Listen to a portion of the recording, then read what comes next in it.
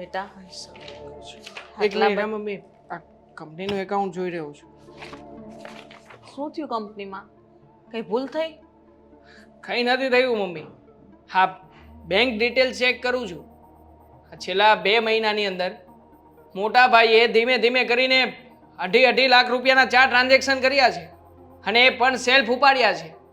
હવે 4 વખત રૂપિયા શું કામ ઉપાડ્યા હોય એ જણાવતા પણ નથી. મને તો ખબર છે ને કે ભાઈને કામ હોય અને જરૂર હોય તો જ ઉપાડ્યા હોય. એવું તે વળી કયું કામ?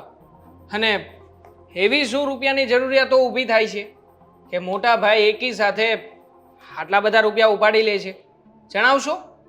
મને શું ખબર હોય બેટા, એના કામ જ એવા છે. ઓફિસના આટલા મોટા બિઝનેસ હોય, મીટિંગો હોય એટલે કંઈક આપવાના હશે.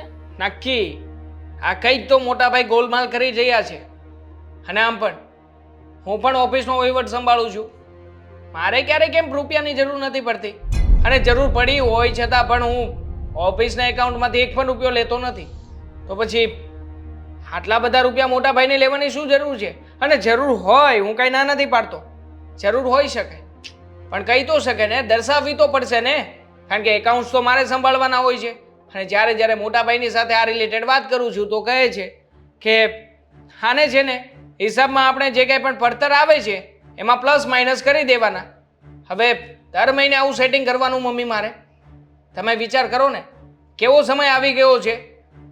આજ સુધી આપણી કંપની નફામાં હતી, ખૂબ સારું એવું નામ હતું, પણ હવે આજ શહેરમાં 5મા નંબર ઉપર આવી ગઈ છે.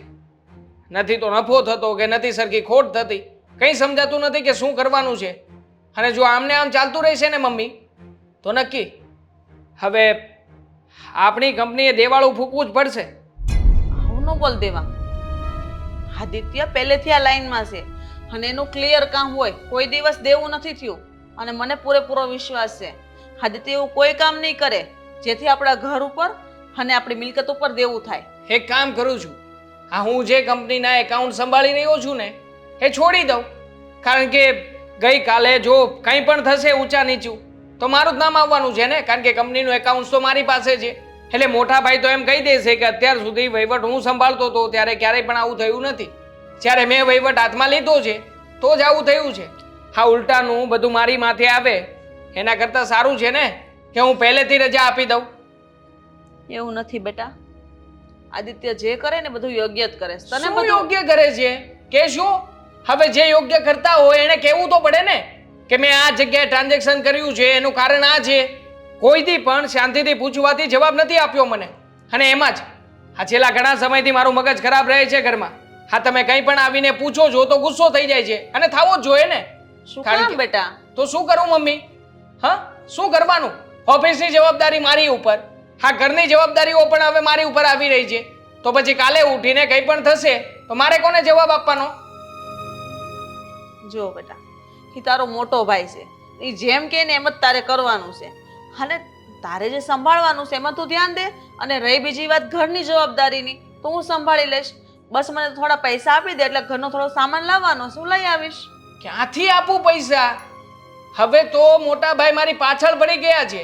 મારા બેંક એકાઉન્ટમાંથી કેટલા રૂપિયા ઉપાડું છું, કોને ટ્રાન્ઝેક્શન માટે આપું છું, પર્સનલ એકાઉન્ટમાં પણ ધ્યાન આપે છે. હવે મારું પર્સનલ એકાઉન્ટમાં હું ગમે તે કરું, એને આટલું બધું નજર રાખવાની કોઈ જરૂરિયાત નથી મમ્મી. જો બેટા, મોટા ભાઈએ પહેલેથી બધું સંભાળ્યું છે એટલે નજર તો રાખવી પડે. કાલ સવારે કોઈ કે તારી હારે દગો કર્યો તો તને ખબર ન હોય તો? અરે મારા પર્સનલ એકાઉન્ટમાં કંઈ પણ થાય મમ્મી, એમાં એને જોવાની જરૂર નથી. પણ એ જે કંપનીના એકાઉન્ટમાં કરી રહ્યા છે ને એ મહત્વનું છે. અને એમના ટ્રાન્ઝેક્શનના હિસાબે જ નથી હિસાબ મળતા કંપનીના.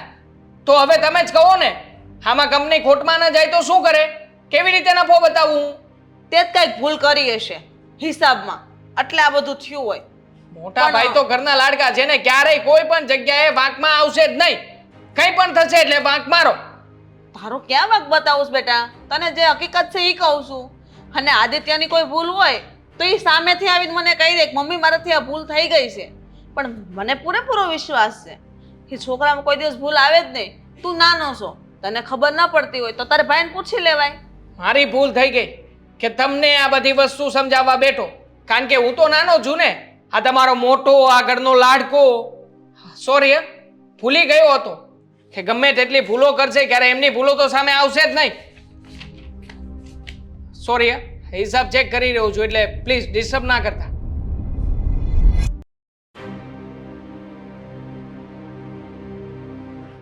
મોટાભાઈ, હા એક કામ કરો, હા રહી તમારી કંપની અને એનો વહીવટ.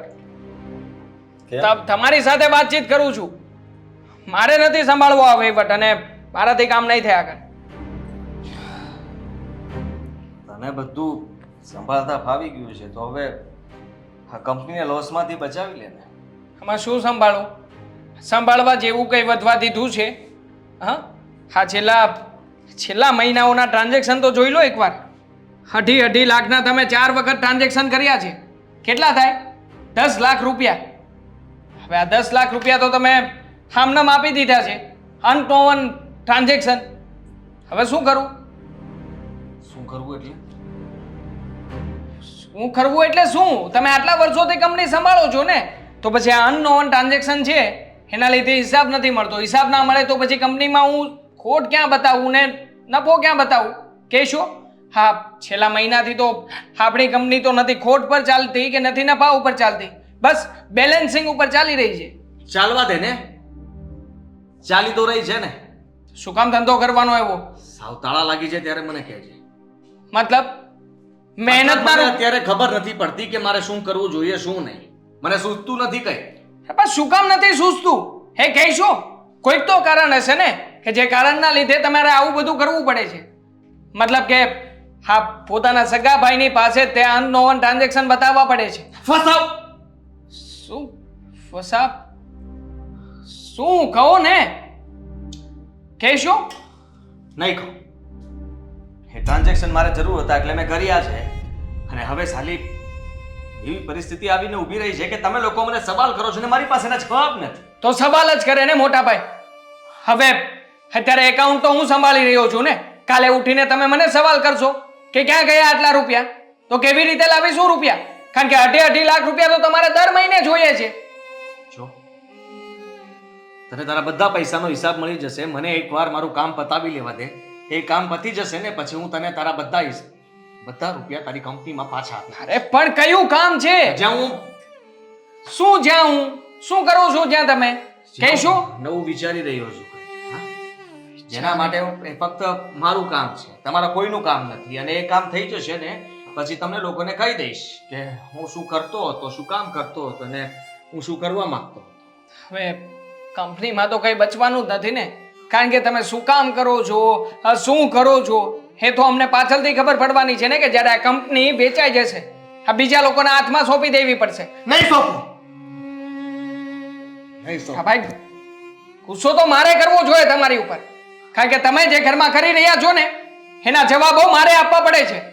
બાને કેવી રીતે સમજાવવું? અને હા તમારા ધર્મપત્ની એ પણ પૂછી રહ્યા છે કે બંને ભાઈઓ જાઓ છો તો કરી શું રહ્યા છો? શું કહેવું મારે? ઓફિસમાં કર્મચારીઓનો પગાર ચૂકવવાનો થશે, ક્યાંથી આપીશ રૂપિયા? કહી દે કે ઉઠમણું કરવાની તૈયારી કરી રહ્યા છે. બસ હાજ રાહ જોઈ રહ્યા છો ને તમે. એક દિવસ ઉઠામણું કરવાનું આવે અને નાક કપાઈ જાય. આપણી સાથે કોઈ કઈ કરી જાય તો આપણે એની સાથે કરીએ, એમાં કઈ ખોટું તો નથી ને. એવું જ વિચાર આવે છે. કાચો માલ બધા પાસેથી ઉપાડી લે અને તૈયાર માલનો એડવાન્સ પેમેન્ટ લઈ લે, બધાનો બોજ મારીને એક સાથે ભાગી જાય. સાલાઓ કોઈ સારા નથી. જેના પર વિશ્વાસ કરીએ ને એ જ વિશ્વાસઘાત. જો મારું મગજ કામ નથી કરતું કે મારે શું કરવું જોઈએ ને હું શું કામ કરું છું. કંપની વેચાઈ જાય તો ભાડમાં ગઈ વેચીમાં, હા તાળા લાગી જાય તો બેંકમાંથી લોન લઈ લે, સીલ મરાવી દે બેંક પાસે. કઈ પણ વધવું ના જોઈએ. હા, વધુ એ શું કામ? વધે શું કામ? બરોબર છે, વધશે તો પછી કંઈક વહીવટ કરવો પડશે ને. એના કરતા બચે જ નહીં કંઈ તો પછી કોઈને જવાબ ના આપવાના થાય ને. હા, આમ પણ પપ્પાએ જે મહેનતથી કંપની ઊભી કરી છે ને એકવાર એને તાળું લાગી જાય એટલે આપણું નાક કપાવવાનું છે એ કપાઈ જાય ને. એ જ ઈચ્છો છો ને તમે? હું કઈ નથી ઈચ્છતો. તો પછી અને કઈ બાબતમાં ફસાણા છો? આખરે એનું કોઈક તો સોલ્યુશન હશે ને તમારી પાસે નીકળવા માટે. હા, જે જગ્યાએ ફસાયા હશો એનું સોલ્યુશન શોધો અને જલ્દી એમાંથી બહાર નીકળો એટલે આમાં કંઈક ધ્યાન આપી શકીએ આપણે. જેટલી નીકળવાની કોશિશ કરી એટલો જ ફસાયો છું. ફસાતો જ ગયો છું. ખબર નહીં કેમ એક પુરાવો ડિલીટ મરાવું તો બીજો પુરાવો ઊભો હોય છે. એક પાસેથી વહીવટ પૂરો કરાવો તો બીજો આવીને કહે છે પૈસા આપો. કયો ત્રીજો પુરાવો? પૈસા આપે છે, ચોથો પૈસા લઈ જાય છે, પાંચમો ખબર નહીં શું કરતો હોય છે, છઠ્ઠો ફોન કરે છે, સાતમો કહે છે કે કંપની ચલાવો છો તમે, શહેરમાં મોટું નામ છે તમારું ને તમે આટલા પૈસા ક્યાંથી આપી ન શકો. સમજાતું નથી કે પહેલાને પહોંચવું કે બીજાને પહોંચવું. કડી મળતી નથી, કડીને શોધવાની કોશિશ કરી રહ્યો છું. કડી સુધી પહોંચું તો ખબર પડે કે આઠમાને શોધો. આઠમાને શોધજો ને એટલે બધી ઘડીઓ ભેગી થઈ જશે. હા, તમે જે રીતના વાત કરી છે એ રીતના સમજાવી રહ્યો છું. બાકી છે ને એટલી સલાહ જરૂરથી આપીશ કે જે જગ્યાએ ફસાણા છો ને એમાંથી બહાર નીકળીને થોડા દિવસ આરામ કરો. હા, મેન્ટલી હાલત પણ તમારી ડિસ્ટર્બ થઈ ગઈ છે. બની શકે તો હા, જોકે તમને મારી સલાહ ક્યારેય લેવી ગમતી નથી પણ એડવાઇસ આપી રહ્યો છું. Thank you. Thank you too. Welcome.